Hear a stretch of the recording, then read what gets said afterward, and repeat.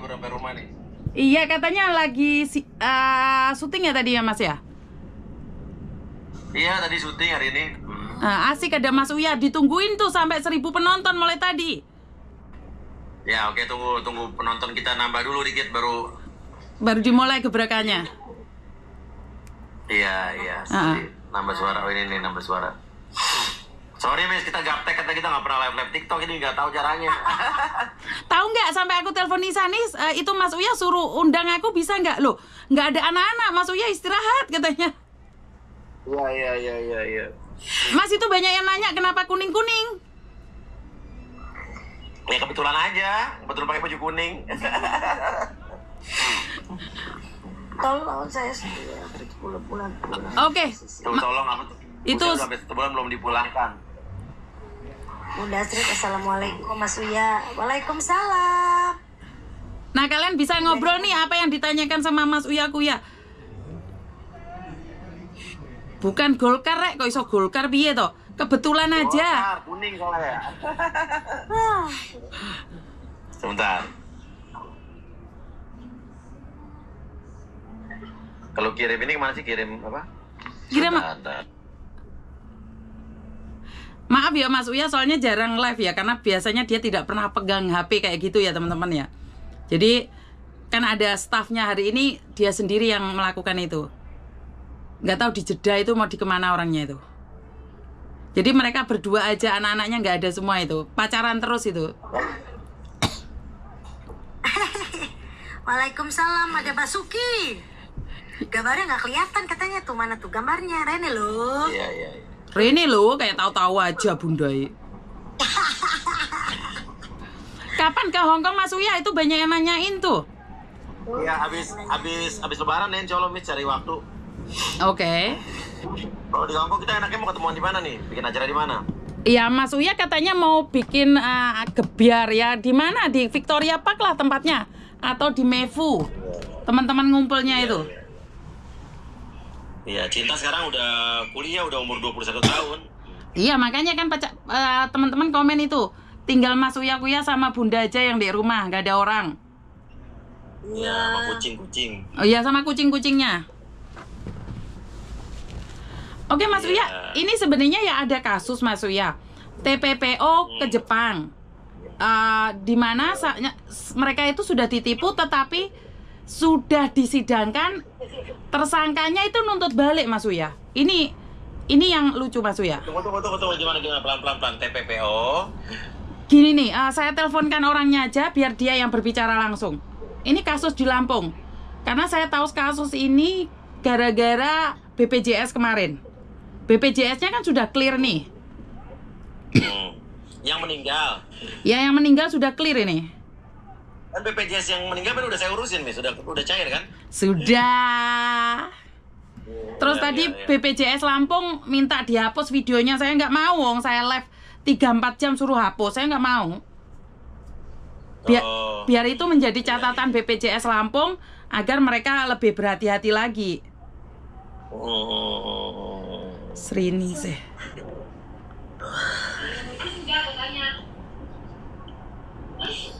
Sebentar loh, mana sih? Nah, tadi nomornya Masnya tadi mana ya? Sebentar.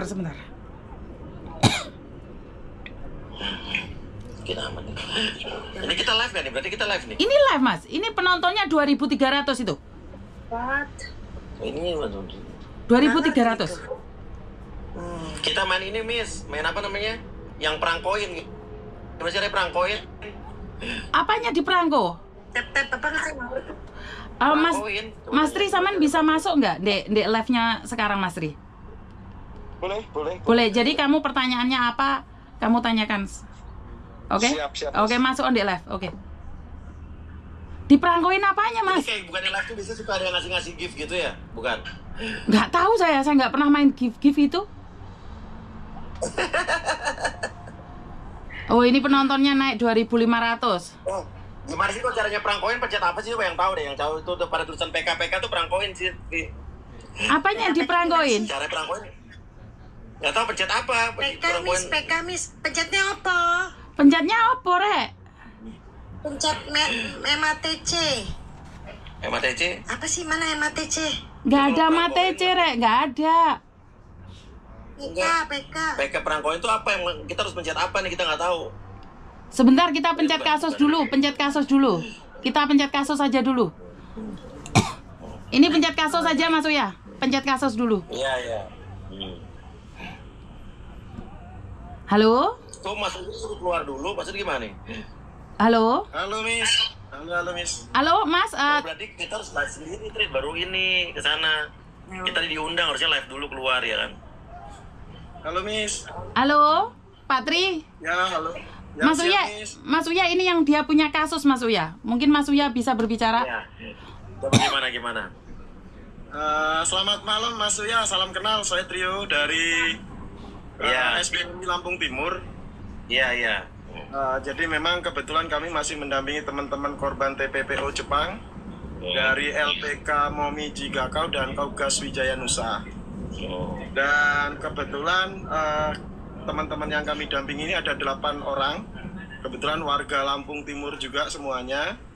Nah, dari beberapa teman ini sudah ada yang diberangkatkan 3 orang dan yang 5 orang ini belum sempat diberangkatkan ke Jepang. Namun mereka menggunakan proses pemberangkatannya itu menggunakan visa kunjungan. Nah, berjalannya waktu, ya betul. Berjalannya waktu,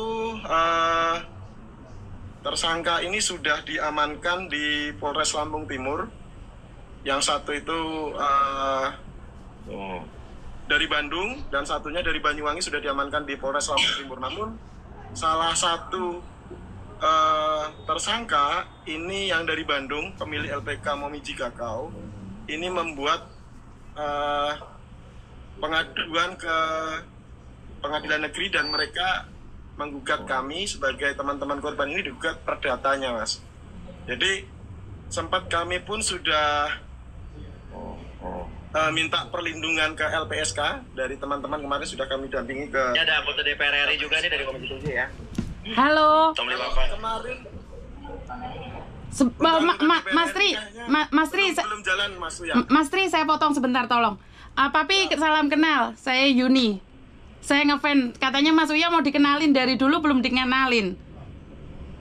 Ini ada Tomli Wafa nih, Tomli Wafa dari DPR RI Komisi 7 juga, dari PAN nih. Oke, siap Mas.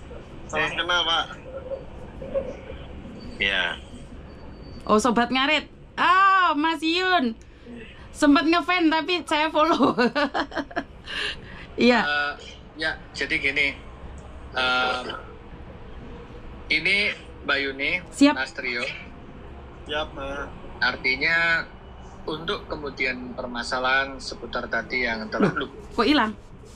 Kok hilang? Kepencet mungkin deh, nggak apa-apa. Naik lagi nggak apa-apa.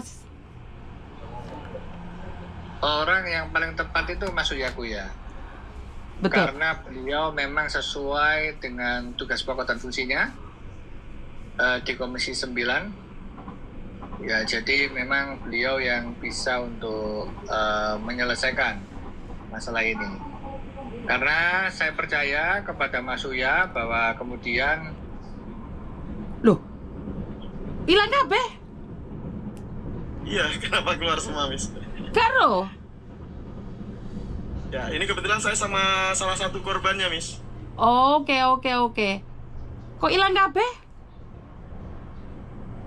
Kental mungkin, Miss. Kena masuk dulu lagi mungkin. Coba diundang lagi, Miss. Piye ngundangnya aku ki gak iso ngene-ngene ki. Tamu di tamu. Gak ero aku, Mas. Mosok kena ban kan gak mungkin. Enggak kalau kena ban. Gak mungkin kena ban. Iya.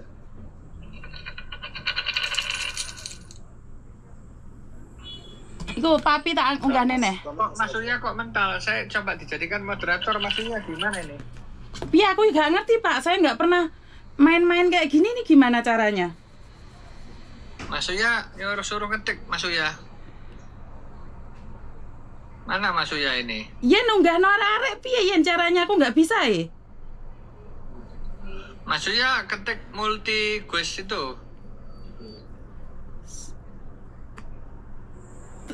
Yen itu gimana? Sudah diundangi? Pada gaptek semua ini. telepon Miss. Sebentar, saya telepon Mas Uya dulu.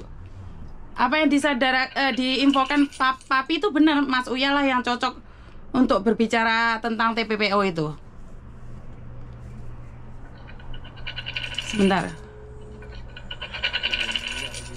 Sudah multi? Oke. Kok mati, Mas Uya? Ini aku lagi mau masuk lagi, bingung caranya. Aku lagi live nih. Ya nggak bisa, Mas. Kalau Mas Uya live nggak bisa. Mas Uya masuk di multi dulu. Ke Astrid. Multi itu di mana? Coba multi itu mana? Bukan, Mas Uya jangan live sendiri dulu. Jangan live sendiri dulu. Aku udah live. Aku Udah udah masuk sini, Yuni TKW Hongkong ini. Mas Uya jangan live sendiri karena kita lagi bicara tentang TPPO dulu. Nanti kalau ke PK kita sendiri, Mas. Enggak, bukan. Aku nih keluar tadi. Saya keluar. Sekarang aku udah undang Miss Yuni nih.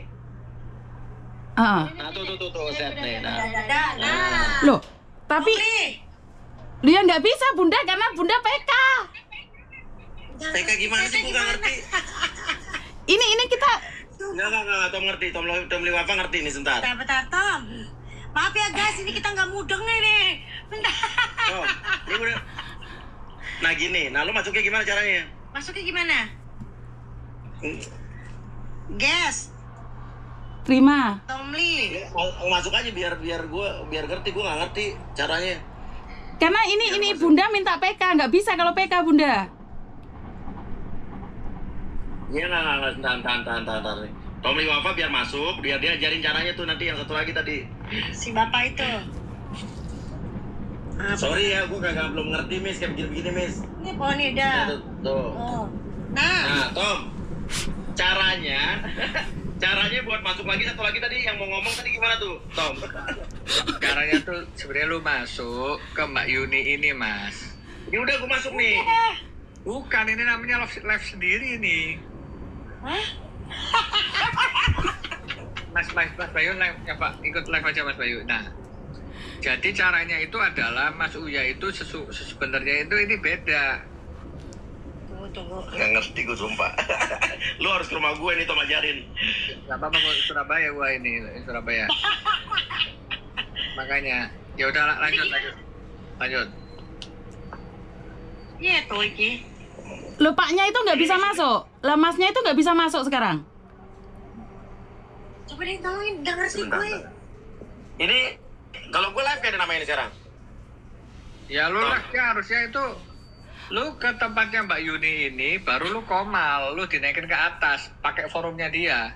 Jadi Kalau Mas, ini kita live sendiri. jadi Mas Uya matiin dulu. Mas Uya tadi kayak awal tadi, terus masuk ke room saya. Ini beda sama yang waktu kemarin kita live, Tom. Beda. Udah, oke, jadi sekarang gini ya, gue keluar dulu nih ya. Iya, matiin, jangan Lu live. matiin, lu masuk ke tempatnya Mbak Matiin Yuni. gue telepon lo, biar lo tahu nih ya, biar gue kasih tau gue ya nih. Papi, kemarin saat Sobat Nyari itu kan nungguin juga kaos dari Indonesia loh, Papi. Mati hilang misan Papi ini. Kita nggak pernah komal-komal ya teman-teman ya, makanya kita gaptek semuanya. Mbak, itu orangnya masuk, Mbak. Maksudnya masuk, taaf dulu. Oke.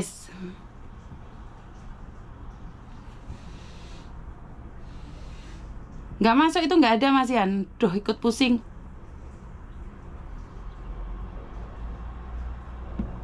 Di mana lagi? Nggak ada ini. Oh, ini satu ada. Tapi ini permintaan apa? Oh, oke. Mas Tri, masuk lagi Mas Tri.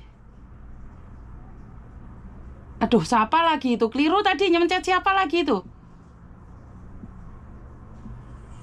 Yang ini tadi kepencet salah siapa? Oh ya, betul.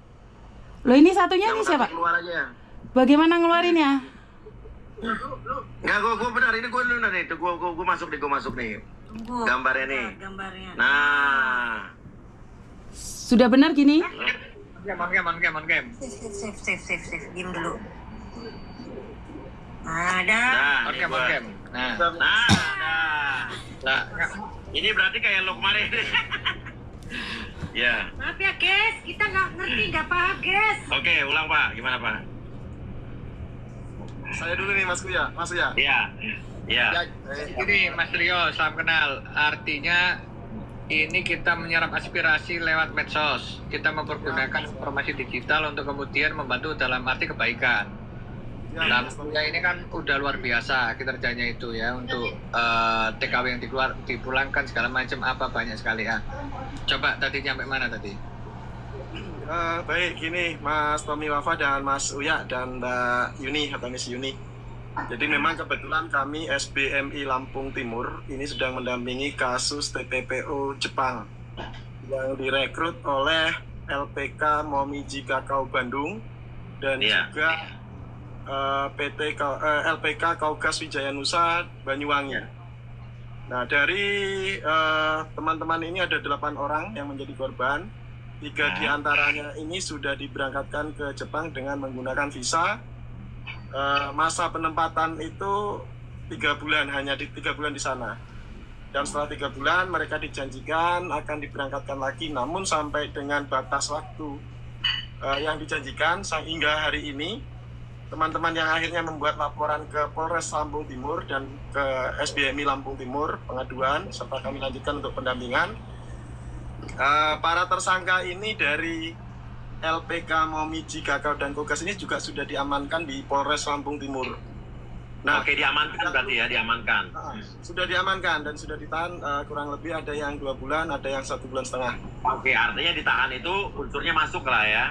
Sudah masuk unsur TPPO, namun dari salah satu pelaku ini pemilik LPK Momiji Kakao ini menggugat balik para korban dengan dugaan perkara perdatanya, termasuk ada pencemaran nama baik hingga sita aset dan lain-lain. Itu mereka menuntut seperti itu serta minta ganti rugi karena LPK mereka merasa tidak bisa beroperasi lagi.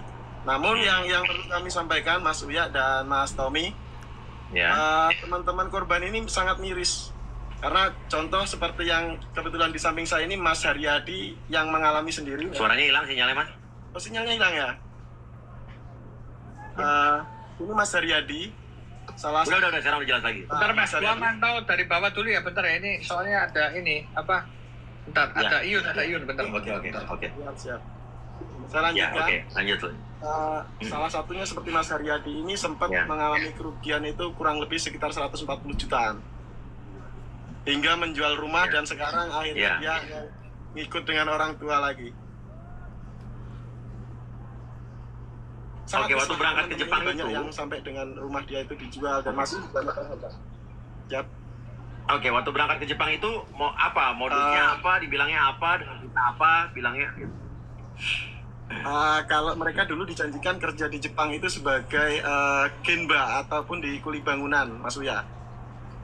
Dengan janji kerja, dan di situ juga awal mulanya juga sempat disampaikan bahwasanya nanti sampean semua orang ini akan bekerja di konstruksi peti kemas, pembuatan peti kemas. Namun di sana mereka ditempatkan di genba atau kuli bangunan. Yang janjinya diberangkatkan itu masa kerjanya 3 tahun dan setelah 3 tahun itu mereka akan di renew kontraknya dan bisa membawa keluarga. Namun ya kenyataannya hanya 3 bulan yang sudah diberangkatkan 3 orang. Dan yang 5 orang ini bahkan belum sempat diberangkatkan, mereka sudah ditampung di Banyuwangi itu sampai ya bertahun-tahun. Bahkan salah satu teman dari para korban ini masih 1 orang yang bertahan di Banyuwangi, LPK Kaugas Wijaya Nusa itu Mas Uya.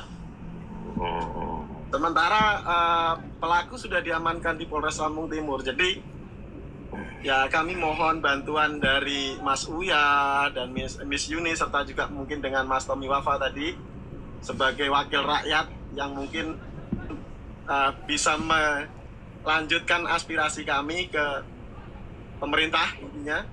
Karena harapan kami untuk korban ini Mas Uya, harapannya adalah hak yang menjadi milik korban ini bisa terpenuhi dan bisa terselesaikan. Karena dalam aturan undang-undang itu memang teman-teman ini ada bisa untuk minta restitusi. Cuman restitusi ini yang perlu kita perhatikan Mas Uya, selama ini banyak kasus TPPO di saat di persidangan ternyata tahu-tahu para tersangka ini memiskinkan diri. Ya ngerti. Karena respect, maaf nih, respek APH kita, kadang-kadang harusnya kan kalaupun memang perkara itu sudah mulai naik, mereka sudah mulai mengkalkulasi restitusi nih. Sementara kami juga sudah laporan ke LPSK, cuman LPSK sampai saat ini belum turun ke Lampung Timur untuk mendampingi teman-teman korban. Oh, tapi udah bikin surat ke LPSK, tapi belum ada yang sudah masuk ya. Nah, intinya seperti itu. Dan kami kemarin pun sempat audiensi juga ke Kemenlu setelah dari LPSK. Nah, mungkin Mas Uya boleh mendengar. Ada nih Mas, salah satu korbannya yang namanya Mas Haryadi, mungkin bisa ditanya langsung. Oke, coba boleh deh Mas, biar lebih jelas. Intinya gimana sih intinya Mas? Intinya awalnya dulu itu dia menjanjikan 6 bulan proses dengan biaya awal mula itu hanya 41 juta. Dan kebetulan memang saya itu tidak untuk biaya tersebut saya nggak punya uang. Akhirnya saya jual rumah untuk biaya tersebut, dan itu istri saya tak tinggal di pondok pesantren, tak dititipin di situ. Jawa Timur, Trenggalek. Dan setelah itu dalam waktu 1 tahun kita kejar terus, ternyata memang diterbangkan dengan visa studi banding. Dan dulu dia menjanjikan seperti ini, Bang, kamu pakai visa studi banding dulu sambil menunggu eligibility turun, nanti akan diperpanjang di sana, seperti itu. Ternyata sampai di sana dalam waktu 1 bulan aja kita nggak menerima uang, gaji pun tidak. Nah, akhirnya kita itu makan sampai di Jepang itu kan ada got-got itu ikan emas itu yang mungkin nggak boleh diambil lah, kita ambil untuk makan. Terus burung-burung di ini kita ambil untuk makan. Dan kebetulan waktu itu memang udah sama sekali habis. Kita mau nggak mau kita tanya sama bos, uang untuk beli beras nggak ada, ini gimana bos? Dikasihlah 1 emang per anak untuk biaya makan. Dan Kisaran berapa 1 emang? Nah, di situ setelah kita dalam 3 bulan kita dipulangkan nih, kita kan nggak punya slip gaji, kita mau komunikasi di Indonesia pun susah. Karena nggak ada wifi itu nggak ada, kita nggak difasilitasi. Nah, di situ kita tuh pulang nggak ada slip gaji, cuma dikasih ini cuma sekitar 15 emang. Kita pulang. Total berapa lama di situ? 3 bulan, Bang. 3 bulan, ya. Nah, setelah kita pulang, dia menjanjikan akan menerbangkan kembali selama 3 bulan, akan terbangkan kembali. Dari 2018 sampai sekarang kami belum sama sekali terbang. Dan akhirnya kita lapor. Oke, jadi sama sekali belum pernah terbang? Sudah 3 bulan dengan visa studi banding. Iya. Oke. Nah, Mas, pertanyaannya waktu berangkat pakai visa apa dulu Mas waktu itu Mas? Studi banding. Visanya? Studi banding. Visa kunjung. Studi banding. Katanya buat studi banding gitu, tapi mereka kan nggak tahu Mas. Kami nggak tahu kami kan kerja. Iya. Terus Mas? Nah, karena sampai sekarang kami lapor ke SBMI dan sekarang mereka udah ditangkap, malah kami digugat kembali. Gugatnya dalam bentuk apa? Digugatnya gimana? Kemana digugat? Kan pada waktu biaya tersebut kami sudah jual rumah 1 tahun. Kami kan kekurangan uang untuk biaya tersebut. Kami utang ke koperasi. Nah, utang ke koperasi karena mereka menjanjikan 2 bulan. Kami diuber-uber koperasi, kami minjemlah sama saudara Denny yang punya LPK tersebut sebesar 20 juta. Mereka menggugat karena udah dikembalikan, katanya seperti itu. Dan itu masih dijanjikan juga untuk dikembalikan lagi. Dan itu pun nanti setelah kami dipinjemin 20 juta untuk bayar koperasi, tapi dalam 2 bulan saya suruh balikin karena prosesnya udah mau terbang lagi, katanya seperti itu. Kenyataannya 0. Ternyata sampai sekarang 0, makanya saya nggak ngembaliin duit yang 20 juta. Seperti itu, Bang. Oke, intinya kan sebetulnya kalau mereka udah di polisi, nanti kan secara unsur mereka masuk kan, nggak mungkin kalau ditahan mereka tidak masuk unsurnya. Nah, itu berarti mereka pidananya dapat kan kalau di Dapat. polisi. Oke, sekarang mereka nuntut perdata. Ya. Menggugatnya berarti udah sampai mana tuh? Kebetulan karena memang salah satu korban ini sudah ada yang berangkat ke Jepang melalui LPK lain, Mas Uya. Kami masih sebenarnya sudah hari Kamis kemarin ini kami sudah sidang panggilan kedua. Namun satu yang digugat ini posisi di Jepang, kami masih menunggu legalitas yang dari KBRI. Kita menunggu surat itu sudah dikirim dari KBRI ke Kemenlu, tapi di DPN SBMI itu belum menerima. Untuk surat kuasa salah satu korban yang atas nama Angga Febriana, kan harus memberikan surat kuasa ke salah satu PH kami gitu. Jadi ditunda untuk sidang ketiga itu hari Kamis 2 minggu ke depan. Oke, sidangnya mereka ya berarti ya? Ya, sidang perdatanya. Oh, sidang perdata gugatan mereka ya? Iya, betul. Coba dong ini aja nanti kasih ke Miss Yuni kayak yang laporan polisi LP-nya itu nanti di Polres apa di Polsek mana, terus gugatan perdatanya itu kemana gitu. Ya, boleh Mas Uya. Nanti saya kirim ke Miss Yuni, nggak apa-apa. Yang jelas kami gini Mas Uya, maaf nih ya, artinya kita berpikir juga harapannya supaya teman-teman ini hak-hak mereka itu bisa terpenuhi. Karena ya kita menilai juga korban ini bukan hanya kerugian material aja kan gitu. Dalam restitusi pun para korban ini memiliki hak untuk gugatan untuk restitusi tuntutan restitusi. Iya. Makanya takutnya kan mereka dijalanin unsur pidananya. Nanti takutnya gugatan perdata itu cuman sekedar untuk kayak bergening atau daya tawar supaya, ngerti kan maksud aku? Ya, betul. Iya, dan jangan. Yang kami harapkan ya kalaupun mungkin salah dari mungkin Mas Uya sebagai anggota DPR RI bisa mengawal perkara kami, mudah-mudahan harapan kami baik jaksa dan hakimnya ini tidak masuk angin, Mas Uya. Ya, tegak lurus itu yang makanya itu saya butuh datanya, itu ada di laporan di Polres mana, Polsek mana. Nanti kan dari situ kita bisa cek kalau memang udah sampai P21 ke mana, saya bisa cek nanti ke kejaksaan bisa jalan kemana. Tapi sekarang saya juga butuh bukti-bukti yang lengkap dan akurat supaya saya juga bisa memastikan ini unsur TPPO-nya apa saja, nanti apa yang terus siapa yang salah, terus apakah gugatan perdata mereka juga masuk unsur apa enggak, kita coba teliti gitu. Sudah masuk sudah masuk Mas Uya. Gugatan perdata mereka udah masuk berarti ya. Ya menurut mereka lah. Sudah terpenuhi. Ya, unsur TPPO-nya 3 unsur TPPO ini sudah terpenuhi semua. Ya. Berarti artinya seperti ini Mas Tri.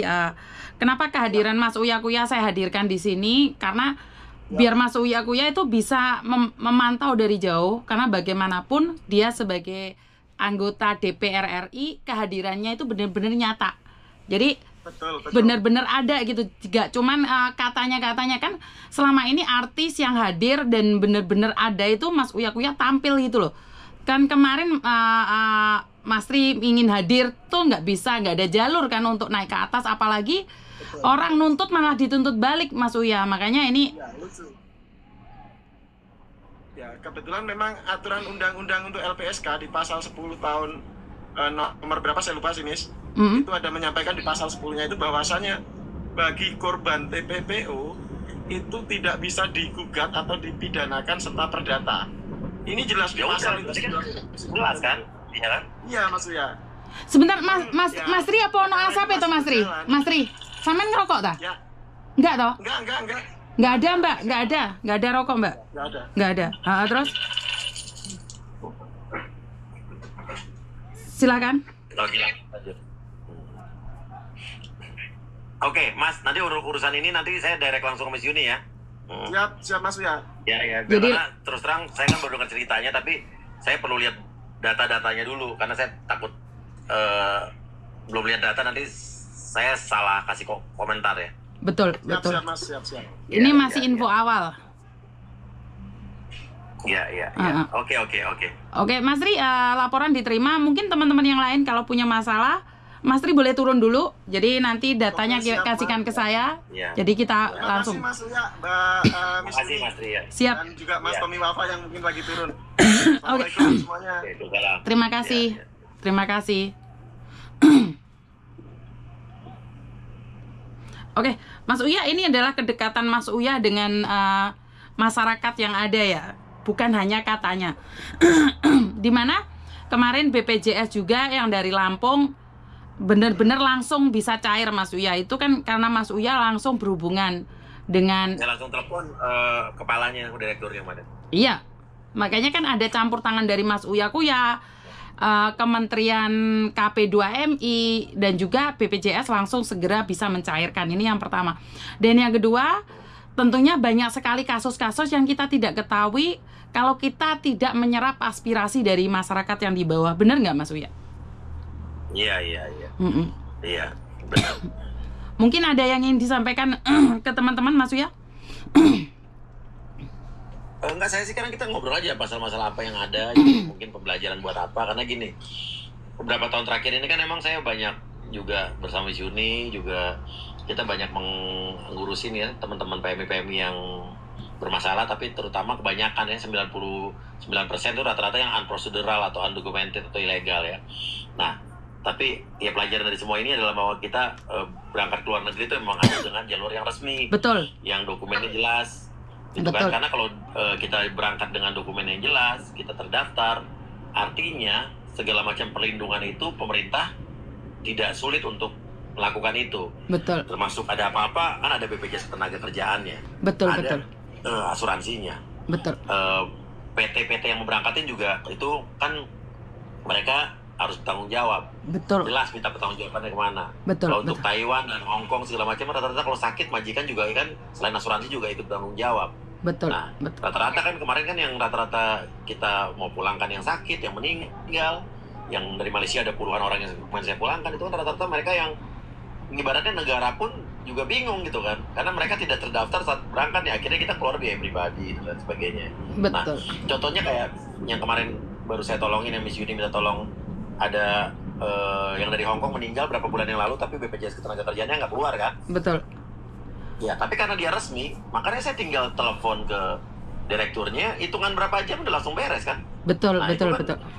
Intinya juga, kalian juga harus ngerti bahwa kalau kalian resmi, kalian legal, kalian ikut secara prosedural, apapun itu gampang diurusnya. Kalau memang ada, ya secara birokrasi, mungkin ada oknum-oknum di sana-sini yang bikin sulit, telepon saya urus, itu pasti gampang.